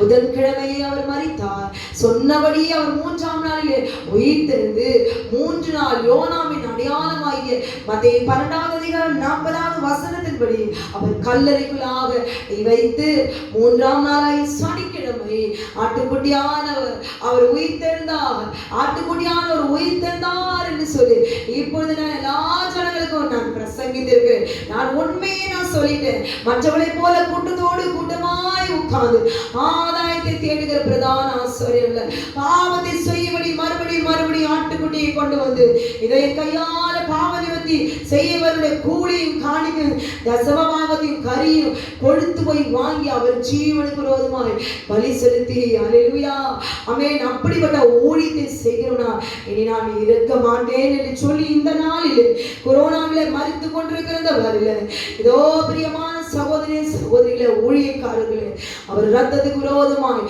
இதுவரைக்கும் ஆராதித்தது போதும், அவருக்கு ரத்தத்துக்கு விரோதமாய் பேசுறது போதும், அவர் வசனங்களை எடுத்து தவறாய் போதித்தது போதும். இந்த நாளிலாவது சொல்வீர்களா?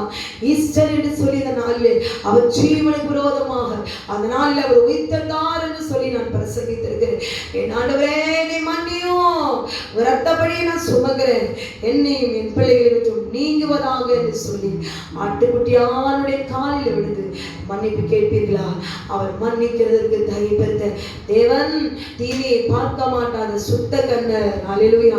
இன்றைக்கு அவர் உங்களுடைய பாவத்தை அவர் மன்னிக்க வல்லமையுள்ளவராக இருக்கிறார். ஹல்லேலூயா. லூக்கா 23வது அதிகாரம் 28, 29, 31வது வசனத்தை வாசிக்கும் பொழுது குமார்த்தைகளை பார்த்து அவர் சொல்லுகிறார், நீங்கள் எனக்காகவும் அழாமல் உங்களுக்காகவும் பிள்ளைகளுக்காகவும் அழுங்கள் என்று சொல்லி அன்னைக்கு சொல்லி என்னுடைய ரத்தப்படி என் மேலும் என் பிள்ளைகள் மேலும் இருப்பதாக சொல்லி கூட்டத்தோடு கூட்டமா சொல்றாங்கன்னு சொல்லி நானும் கூட சேர்ந்து அதான் சொல்லிட்டேன். நானும் கூட்டத்தோடு கூட்டமா போய் ஏதோ ஒரு நாள் சொன்னாங்க, இன்னைக்கு ஈஸ்டர் ஆராதனை, குட் ஃப்ரைடே ஆராதனைன்னு சொன்னாங்க. நானும் கைத்தட்டி ஆராதிச்சேன். ஆனால் வேதம் அப்படி சொல்லவில்லையே.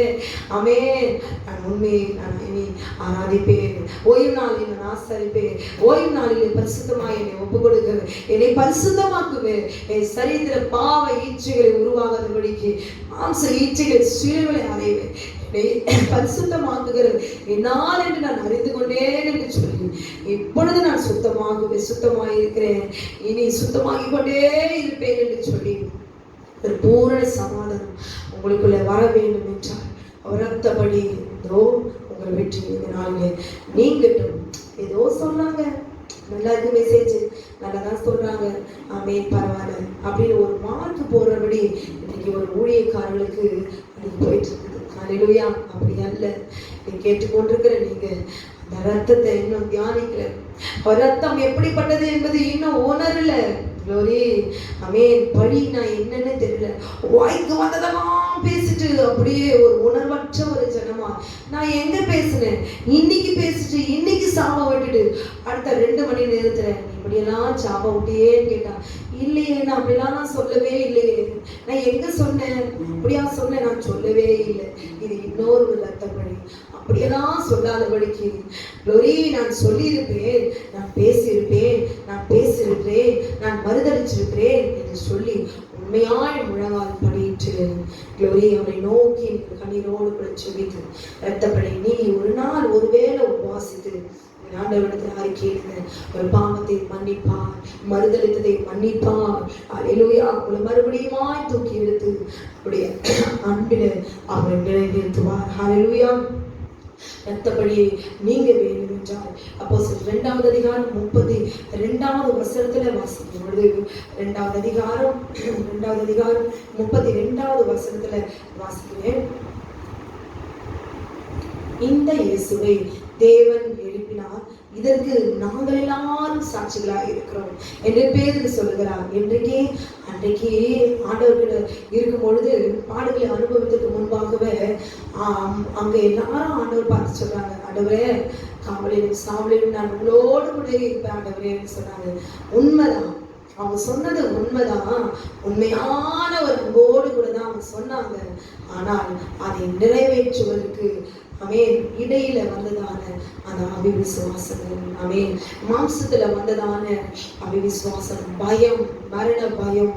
இன்றைக்கு அவரை அறிந்து கொண்ட பிறகு மரண பயம் அவரை விட்டு நீங்கினது. ரத்தம், அவர் ஜீவன் தான் எனக்கு ஜீவன். பிலிப்பியர் 1வது அதிகாரம் 21வது வசனத்துல கிறிஸ்து எனக்கு ஜீவன். எனக்கு ஜீவன் என்னுடைய ஜீவன் இல்ல, எனக்குள்ள இருக்கிறது கிறிஸ்துவனுடைய ஜீவன். இனி நான் அல்ல, கிறிஸ்துவே கிடைத்திருக்கிறார். ஹல்லேலூயா. கிறிஸ்து எனக்கு ஜீவன், சாவு எனக்கு ஆதாயம் என்று தெரிந்து கொண்டார்கள்.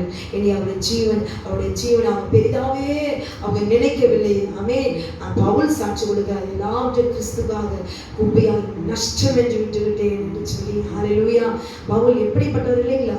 அவரே சாட்சி கொடுக்கிறார், எல்லாம் குப்பை நஷ்டம் என்று விட்டு என் ஜீவன் என் இயேசு, என் ஜீவன் என் இயேசு, எனக்கு ஜீவன் கிறிஸ்து, எனக்கு ஜீவன் கிறிஸ்து. மரணம் எனக்கு ஆதாயம், சாவு எனக்கு ஆதாயம். வந்த சாவை எதிர்நோக்கினார்கள், ரத்தத்தை சிந்தி சாட்சிகளாய் மாறினார்கள்.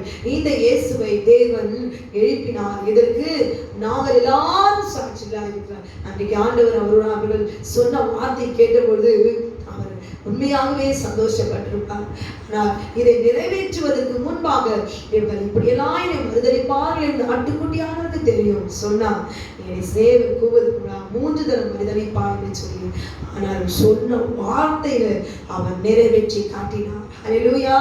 ஆமென். அப்படிதான் இன்றைக்கு நீங்கள் ஆண்டவரே சொன்ன வார்த்தையின்படி 3ஆம் நாளில் உயிர் தேர்ந்தீர் என்பதை நான் விசுவாசிக்கிறேன். வெள்ளிக்கிழமை மரித்தார், ஞாயிற்றுக்கிழமை நான் 3 நாட்கள் வரவே இல்லை, கணக்கு வரவே இல்லையே. 3 நாட்கள் என் ஆண்டவர் சொல்லி இருக்கிறார் என்றார். அல்லேலூயா. பொய் சத்தியத்தை நான் ஏற்றுக்கொள்ள மாட்டேன், நான் உண்மையாயிருப்பேன் என்று சொல்லி இந்த பூமியில நீங்கள் சாட்சியாய் நீங்கள் நிற்பீர்களானால் இரத்தப்படி நீங்கி நித்திய ஜீவனுக்குள்ளாக பிரவேசிப்பீர்கள். அல்லேலூயா. நாங்கள் சாட்சியாய் இருப்பேன் என்று சொல்லி இந்த நாளில் ஒப்பு கொடுங்க. உங்க பிள்ளைகளுக்கு இந்த சத்தியத்தை சொல்லி இந்த பிள்ளைகளை விசுவாசங்களை வளருங்க. கண்களை மூடி நாம் சொல்லிக்கிறோம். நான் நேசிக்கிற என் அன்பின் பரலோக பிதாவே, ரத்தப்படி இந்த நாளிலே எங்களை விட்டு நீங்குவதாக, பிள்ளைகளை விட்டு நீங்குவதாக. நாங்க தான்ப்பா சொன்னோம், நாங்க தான் பாவம் செய்யறோம், ஆனா எங்க பிள்ளைங்க பாவம் செய்யறோம். நாங்க செய்த பாவத்தை அந்த பிள்ளைங்க அந்த பழியை சுமக்குது. ஆண்டவரே, நாங்க செய்த பாவத்தை எல்லாம் நீங்க சுமந்த தேவன் என்பதை நான் அறிந்து கொண்டேன். இரத்த பழி இன்னைக்கு கும்பலோடு கூட இன்றைக்கு நான் உங்களை குறிச்சு ஆண்டவரே சத்தியத்தை அறியாதபடிக்கு நான் பொய் சத்தியத்தை நம்பி இருக்கிறேனே, என்னை மன்னியும். ஒரு ரத்தத்துக்கு ஜீவனுக்கு விரோதமாக நான் நின்றதை மன்னியும், நான் ஆராதித்ததை மன்னியும், அறிக்கிட்டதை மன்னியும். ஏதோ ஒரு நாள்ல வெள்ளிக்கிழமை ஞாயிற்றுக்கிழமைன்னு சொல்லி இந்த நாள்ல உண்மையான நான் நம்பி உட்கார்ந்திருக்கிறேன், என்னை மன்னியும். என் கண்களை திறந்ததற்காக நன்றி என்று சொல்லி மரண பரியந்தம் நான் உண்மையாயிருப்பேன், நிலைத்து நிற்பேன். என்னை சுத்தமாக்குங்க ஆண்டவரே, என் தகப்பனே என்னை சுத்தமாக்குங்க, என்னை சுத்தமாக்குங்க என்று சொல்லி எல்லாரும் வாய்களை திறந்து நீங்கள் கேட்பீர்களா? நான் நிச்சயமாகவே நேரத்தில் கர்த்தருடைய ஆவியானவர் இவரை தொட்டு சுத்திகரிப்பார். அவர் வல்லமையுள்ளவர் இதை சொல்லிக் கொண்டிருக்கும் பொழுது ஒவ்வொருடைய இருதயத்தை, உங்களுடைய இருதயத்தை எல்லாம் அவர் பார்க்கிற தேவன். யாருடைய இருதயம் இதை ஏற்றுக்கொள்கிறது, இன்றுக்கும் இந்த கொரோனாவில யாருடைய இருதயம் இந்த சத்தியத்தை ஏற்றுக்கொள்கிறது என்பதை என் தேவன் பார்த்து கொண்டிருக்கிறார். ஹல்லேலூயா. உடைச்சிடுங்க, இருதயத்தை உடைச்சிடுங்க. கடின இருதயத்தோடு கூட இராதீங்க, கடின இருதயத்தை விட்டு விலகுங்க. சரியான இருதயத்தை கர்த்தர் வைப்பீராக. அதுக்குள்ளாக ஆவியான உட்பிரவேசித்து பிள்ளைகளை ஆண்டவரே ஒரு ராஜ்யத்துக்கு பிரயோஜனமாக என் தேவனை மாற்றி இந்த பூமியில சாட்சியாக நிறுத்திக் கொள்வீராக. நீ அப்படி செய்து விட்டபடியினால் உனக்கு நன்றி செலுத்துகிறேன். அநேக புறஜாதியாரை என் கர்த்தனை எழுப்பி இந்த சத்தியத்தை உண்மையை ஆணித்தரமாய் சொல்லும்படியா என் கர்த்தனை செய்வீராக. நீ அப்படி செய்து விட்டபடினால் உனக்கு நன்றி செலுத்துகிறேன். இயேசுவின் நாமத்தில் கேட்கும் சொல்ல நல்ல பயன்படுத்தினாவே. ஆமென். ஆமென். கர்த்தர் தாமே ஆசீர்வதிப்பார்.